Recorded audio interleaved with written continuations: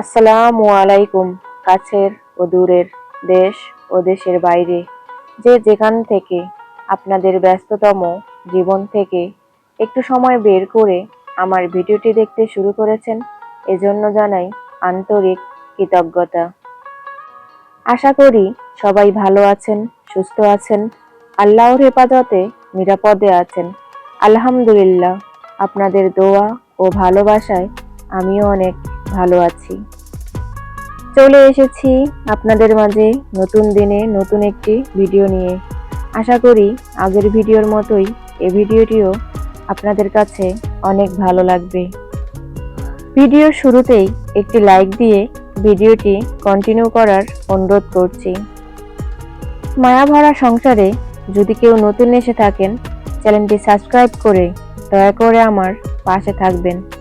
ইতিমধ্যে যারা এই কাজটি করেছেন তাদের প্রতি রইল আমার অন্তরের অন্তঃস্থল থেকে অপরন্ত দোয়া ও ভালোবাসা।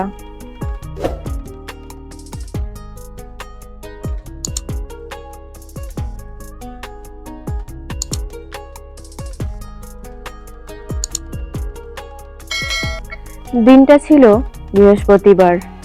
ভিডিওটি শুরু করেছিলাম বিকাল থেকে। সকালে বা দুপুরে রান্নাবান্না করা হয়নি, এজন্য বিকেলে রান্নাবান্না করতেছিলাম। তার সাথে কিছু রুটি বানিয়েও আমরা খেয়েছিলাম। আর সজীবের আব্বু অফিস থেকে আসার সময় বাজার থেকে বাজার করে নিয়ে এসেছে। বাজারগুলো আপনারা একটু আগেই দেখতে পেলেন। লাউ শাক, পাতাকপি আর এই হাঁস। হাঁসের মাংস খেতে যতটা সুস্বাদু মজাদার, ততটাই বিরক্তিকরও। গ্রামে যখন ঘুরতে যাই তখন হাঁস খাওয়া হয়, তাছাড়া বাসা বাড়িতে হাঁস খাওয়া হয় না। কারণ হাঁস কাটা বাঁচাতে অনেক ঝামেলা, সেটা আমরা সবাই জানি। ছোট্ট বাসায় ছোট্ট রান্নাঘর, আবার গ্যাস নেই, এজন্য হাঁস আনার ইচ্ছা থাকলেও আর আনা হয় না। এর আগে একবার হাঁস নিয়ে এসেছিল সজীবের আব্বু। হাঁস নিয়ে জবাই করে চামড়া ছিলে নিয়ে এসেছিল। রান্না করেছিলাম, একদমই মজা ছিল না। তো এবার নিয়ে ড্রেসিং করে নিয়ে এসেছে। আর তার সাথে কিছু চিতই পিঠাও নিয়ে এসেছিল। ও প্রায় বাজার থেকে আসার সময় চিতই পিঠা, ভাপা পিঠা বা অন্যান্য পিঠা যেটাই পাক না কেন নিয়ে আসে। তো আজকে নিয়ে এসেছিল চিতই পিঠা। চিতই পিঠা খেয়ে সজীবকে খাওয়াইয়ে আমি হাঁস রান্না করার জন্য সবকিছু রেডি করতেছিলাম অফ ক্যামেরায়। হাঁসটা প্রায় 1 থেকে 1.5 কেজির মতো ছিল এবং ড্রেসিংটাও অনেক সুন্দর হয়েছিল, কোনো পশম ছিল না। আমি ধুয়ে নিয়ে সুন্দর করে কেটে নিয়েছি এবং কাটার পর সুন্দর করে ধুয়েও নিয়েছি।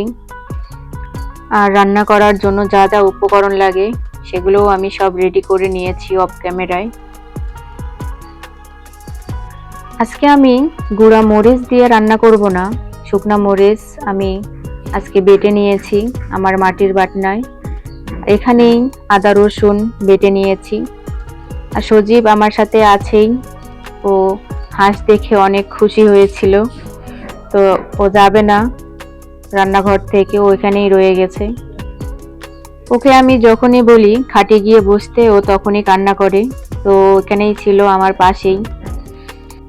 হাঁসের মাংস আমি যতবারই রান্না করেছি ততবারই মাখিয়ে রান্না করেছি। এবারই একটু ভিন্নভাবে রান্না করতেছিলাম, কারণ ফার্স্ট হাঁস না পুড়িয়ে রান্না করতেছিলাম। মনের ভিতর একটি ভয়ও ছিল যে কেমন হবে। আমরা জানি যে হাঁস না পুড়লে হাঁসের মাংসে অতটা স্বাদ পাওয়া যায় না। আমি তো ছোট থেকে বড় হয়েছি অন্তত এটাই জেনে যে হাঁস পুড়েই রান্না করতে হয়। তো চুলার উপরে একটি প্যান বসিয়ে তেল দিয়ে পেঁয়াজ আর রসুন লাল লাল করে ভেজে নিচ্ছিলাম। রসুন দুটো আমি আস্ত দিয়েছি আর মাটির বাটনায় বেটে নিয়েছি শুকনা মরিচ, আদা, রসুন, এলাচ, দারচিনি, লবঙ্গ, সব মশলাই আমি একসাথে বেটে নিয়েছি। পেঁয়াজগুলো লাল লাল হয়ে আসার পর আমি বেটে রাখা মশলাগুলো সেখানে দিয়ে একটু কষিয়ে নিচ্ছিলাম। এভাবে কষালে আদা রসুনের গন্ধটা চলে যায়। তারপর একটু পানি দিয়ে সেখানে হলুদের গুঁড়া, জিরার গুঁড়া এবং লবণ দিয়ে মশলাগুলো ভালো করে কষিয়ে নিব।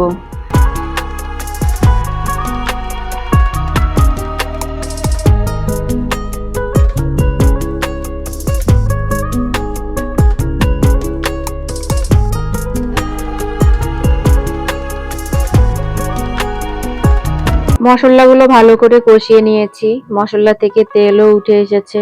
এখন আমি হাঁসের গোস্তগুলো এখানে দিয়ে দিব।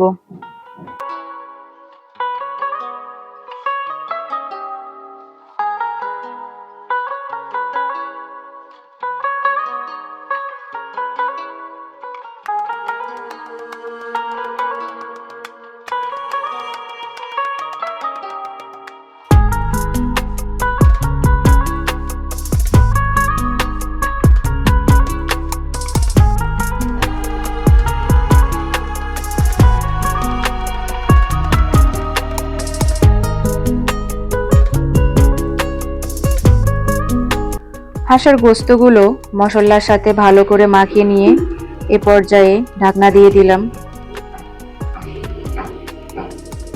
তরকারি থেকে অনেকগুলো পানি বেরিয়ে এসেছিল, আমি ওই পানির মধ্যেই হাঁসের গোস্তগুলো কষিয়ে নিয়েছিলাম।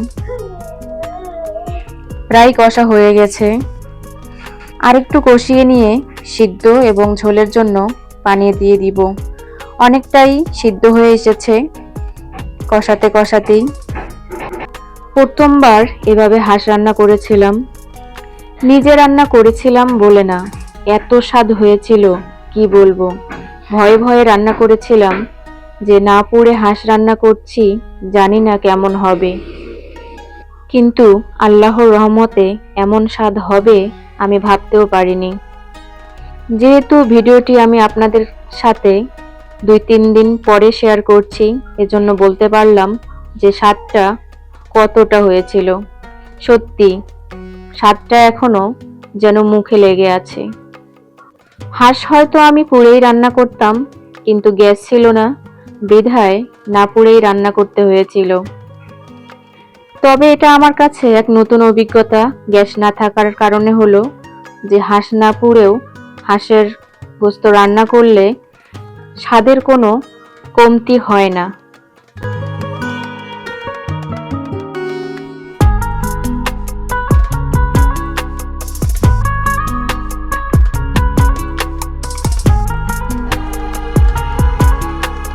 তো সবাই মজা করেই খেয়েছিলাম, অনেক মজা হয়েছিল।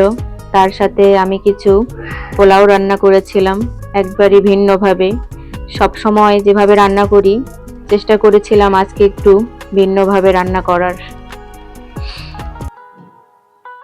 আর এই পুরো রান্না জুড়ে সজীব কিন্তু আমার পাশেই ছিল, ও দাঁড়িয়ে দাঁড়িয়ে আমার সাথেই পুরো রান্না শেষ করেছে। আমি যখন রান্নাঘরে থাকি ও থাকে, আমি যখন রান্নাঘর থেকে চলে যাই ও আমার সাথে চলে যায় না, বরং ও রান্নাঘরেই থেকে যায়। তো অনেক খুশি হয়েছিল হাঁসের গোস্ত দেখে। পেঁয়াজগুলো তেলে ভাজার পর আমি পেঁয়াজগুলো আর উঠে নেইনি, ওখানে পরিমাণ মতো পানি দিয়েছিলাম। পানিতে পরিমাণ মতো লবণ আর একটু লেবুর রস দিয়েছিলাম। পোলার চাল 1/2 কেজির উপরে ছিল, কিন্তু পানি আমি 1 কেজি দিয়েছি, কারণ ইলেকট্রনিক চুলায় পানি খুব কম টানে, এজন্য 1 কেজি পানিই দিয়েছি। পানিতে বলক চলে আসলেই পোলার চালগুলো দিয়ে দিয়েছিলাম। আপনারা যারা এভাবে পোলাও রান্না করেননি, একবার হলেও ট্রাই করে দেখিয়েন, অনেক ভালো লাগবে। আমি চেষ্টা করি এক এক সময় এক একভাবে রান্না করার, সাধারণভাবে ঘরোয়া উপায়ে। বাসা বাড়িতে আপনারা যারা থাকেন, গ্যাস নেই, যারা আমার মতো বাসা বাড়িতে থাকেন, গ্যাস নেই, ইলেকট্রনিক চুলায় রান্না করেন, হাঁস পোড়ার ঝামেলার জন্য আনতে পারেন না, তারা আমার মতো করেই হাঁস না পুড়েই রান্না করতে পারেন, দেখবেন স্বাদের কোনো কমতি হবে না। আমার পোলাও রান্না প্রায় রেডি। আমি এখন এই পোলাওটা দমে বসিয়ে দিব ঢাকনা দিয়ে।